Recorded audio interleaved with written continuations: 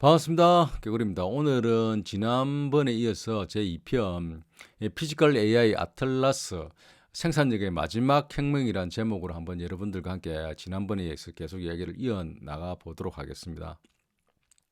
여러분들이 이게 아틀라스를 하면 제일 먼저 무엇이 떠오르는지는 모르겠습니다만 사람마다 다르겠죠. 아틀라스 하면 떠오르는 게 다르듯이 이 아틀라스라는 말은 이게 그리스 신화에 등장하는 티탄족의 신이라고 합니다. 거인 신이라고 하는데요.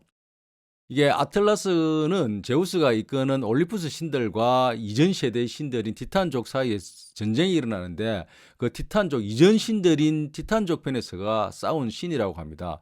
이 티탄족 중에서도 가장 힘이 세고 강력한 전사 중에 한 명이었는데 전쟁에서 티탄족이 패하자 이게 지옥에 갇혔는데 아틀라스는 특별한 행보를 받았다고 합니다. 바로 제우스로부터 세상의 서쪽 끝에서 하늘을 어깨로 떠받치고 있어야 하는 형벌이었다고 합니다.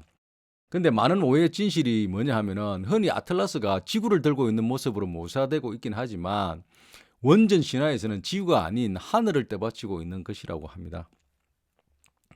그래서 이 아틀라스와 관련해 가지고 우리가 잘 아는 1595년에 메르카토르가 아틀라스 혹은 세계의 구조와 형상에 관한 우주론적 명상이란 제목으로 지도첩의 대명사인 이 아틀라스를 출판하게 되죠.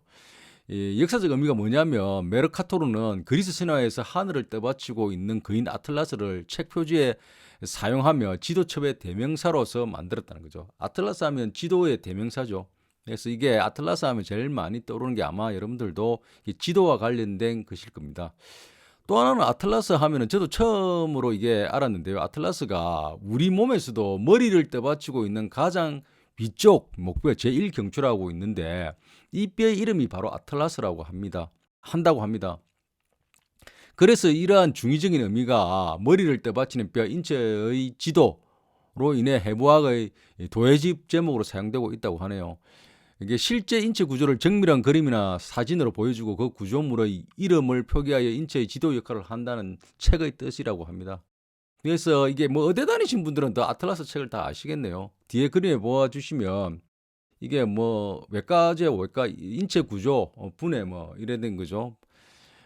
분해와 관련한 책이죠. 책 아틀라스. 다음으로 이거는 저도 최근에 알았는데 챗GPT에서 웹 브라우저를 하나 만들었죠. 챗GPT 아틀라스 해가지고 이것도 뭡니까? 이 정보의 세계 무한한 바다를 찾아 나가는 도구로서 아틀라스라는 이름을 붙였다는 게 유추해 볼 수가 있죠. 챗GPT 아틀라스 이게 처음 보시는 분들 많을 것입니다. 챗GPT에서도 웹 브라우저 아틀라스를 이게 발표했습니다.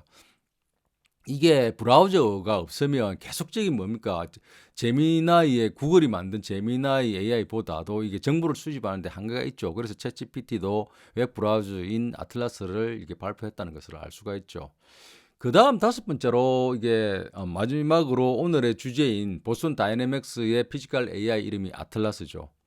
이 아틀라스에 대해서 오늘 얘기를 좀 해보면, 오늘의 주제니까요. 얘기를 해보면 이 아틀라스라는 이게 피지컬 AI를 만들어낸 보스턴 다이내믹스는 마크 레이버트라는 이 분야에 이게 관계하시는 분은 잘 알겠죠. 이게 설립자, 창업자라고 합니다. 마크 레이버트가 1992년에 설립했다고 합니다. 그러니까 초창기에 이게 보스턴 다이내믹스를 이게 네 기간을 한 네 가지 정도로 이렇게 구분할 수가 있는데, 초창기에 설립 때부터 설립을 한 구간으로 보고요. 1단계로 보고, 그 다음 2단계인 구글이 인수했던 시절, 그 다음에 소프트뱅크가 인수했던 시절, 현대자동차 그룹이 인수했던 것으로 한 4단계 정도로 이렇게 구간으로 나눠 볼 수가 있는데, 첫 번째 창립 단계인 1992년에서 2013년으로 보면은 MIT 교수였던 제가 아까 말씀드린 마크 레이버트가 MIT 레그랩에서 분사하여 설립했다고 합니다. 보스턴 다이내믹스를.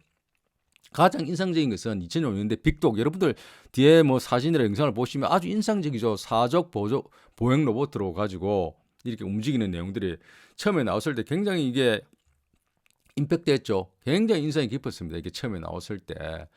그 다음에 두 번째로 이제 구글과 이제 소프트뱅크 시절에 2013년에서 2020년 사이입니다. 구글과 소프트뱅크가 인수했던 시절인데요. 2013년에 구글이 인수했다고 합니다. 이게 구글의 레플리컨트 프로젝트 일환으로 해가지고 인수됐는데요. 이때부터 상업용 로봇의 전환을 모색하기 시작했다고 합니다.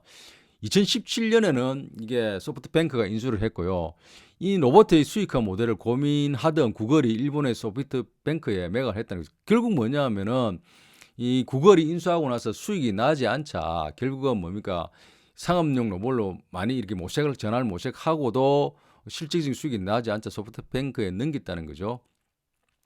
이 소프트뱅크가 2017년에 이렇게 인수하고 나서 2019년에 이렇게 스팟이라는 여러분들 영상으로 많이 익숙하죠. 최초의 상업용 사족 보행 로봇을 출시했다고 합니다. 시설 보안 현장에 투입하기 시작했다고 하고요. 그런데 이게 이 아틀라스는 이게 그것보다 훨씬 이른 시각이죠. 때 이게 만들어졌습니다. 이게 최초의 이게 아틀라스 2014년에 유압식 로봇으로 시작했다고 합니다. 아틀라스에 관련해 가지고 조금 말씀을 드리면 2013년에 이렇게 이 최초에 이게 아틀라스가 만들어졌을 때 키가 한 188cm 정도고 그다음에 무게가 150kg 거구죠, 거구. 굉장히 무겁습니다. 이게 유압식으로 로봇을 만들다 보니까 이게 항상 전력 공급을 위해서 외부 케이블이 연결되어 있어야 하며 소음이 매우 컸다고 합니다. 여러분들 백그라운드로 영상으로 한번 봐주시면 되고요. 당시에는 걷는 것조차도 불안정해가지고 아기 걸음마 수준이라는 평가를 받기도 했다고 합니다.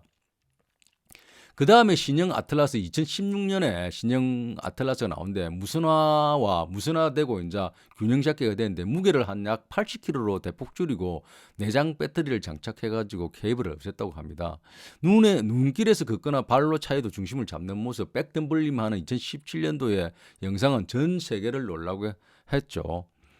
그리고 뭡니까? 현대자동차가 2020년에 인수를 해가 지금까지 오고 있는데요. 현대자동차가 보선 다이내믹스를 80%를 지분 80%를 확보하고 인수했다고 합니다. 대주주가 됐는데요.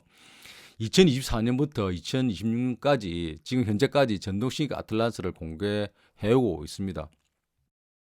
그 이번 전편에서 말씀드렸듯이 CES 2026 올 1월에 라스베가스에서 이렇게 선보인 이 새로운 아틀라스는 정말 깜짝 놀라게 오늘의 제가 이 이야기를 하고 있는 뭡니까 주제의 중심이죠. 정말 세상을 놀라게 했죠. 그래서 이 아틀라스와 관련해서 제가 말씀드렸듯이 보스턴 다이내믹스는 한 네 가지 이게 뭡니까 네 번째 주인 현대 자동차 그룹을 인수되면서 정말 세상을 놀라게 하는 실질적인 이제 이 피지컬 AI 로봇이 나왔던 거죠.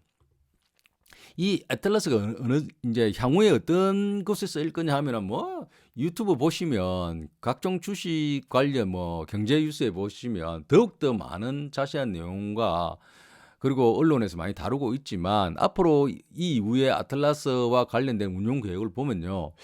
여러분들 잘 아시다시피 이번 작년에 이게 현대자동차 조지아 공장에 한국인들에 대한 대대적인 이게 이 불법 체류자 근거 작전을 해가지고 많은 우리 대한민국 사람들이 이게 분노하지 않았습니까? 아직도 그로부터 기억이 가시지 않고 있는데 이 아틀라스가 그 당시에 그 대상이 되었던 한국인들을 체포한 공장이었던 조지아 사바나에 위치한 HMGMA 현대자동차 그룹 이 공장에서 이게 배치될 계획이라고 합니다. 2028년부터 본격적으로 투입할 예정이고 초기에는 부품 분류하고 이송 정도의 작업을 맡고 2030년부터는 더 복잡한 조립 또는 제조 작업으로 확대될 계획이라고 합니다. 현대자동차 그룹은 미국 내 연간 3만 대 규모의 생산 로봇을 이게 슬리파이어 아틀라스를 양산할 계획이라고 하고요.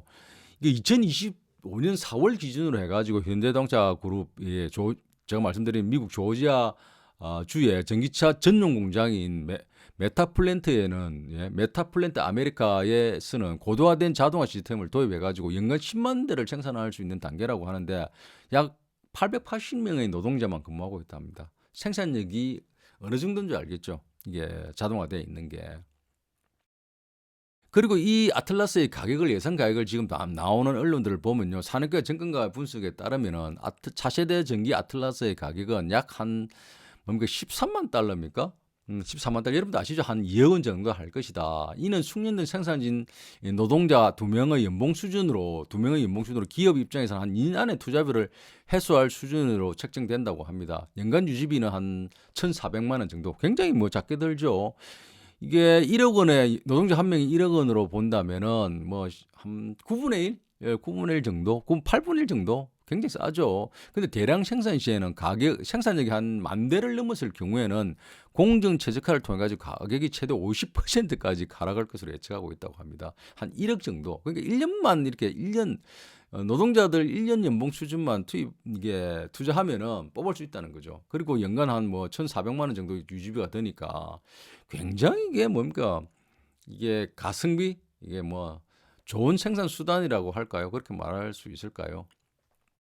어쨌거나 이 피지컬 AI는 단순한 이게 진화가 아니라 생산의 주체로서 교체가 되었죠. 제가 전편에서 말씀드렸듯이 이게 수렵 채집 시절을 인간이 수렵에 가 먹고 살던 시절의 생산력 지수를 일러보면은 피지컬 AI 시대가 무한대라고 했죠.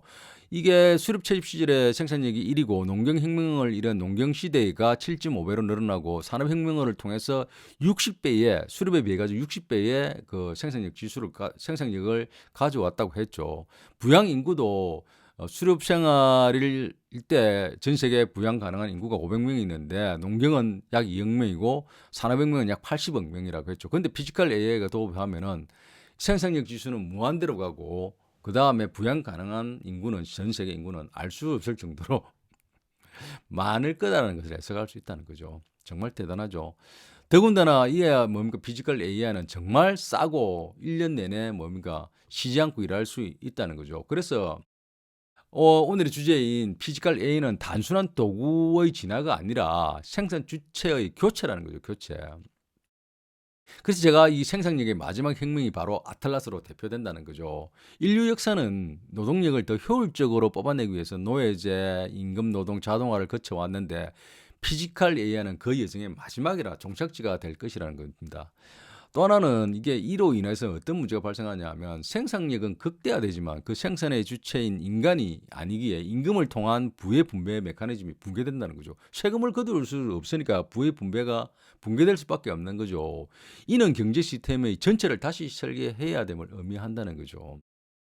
핵심적으로 뭡니까? 과거의 혁명이 인간의 손에 더 좋은 망치를 들려주었다면 피지컬 AI 혁명은 망치를 든 인간 자체를 로봇으로 바꾸는 일이라는 겁니다.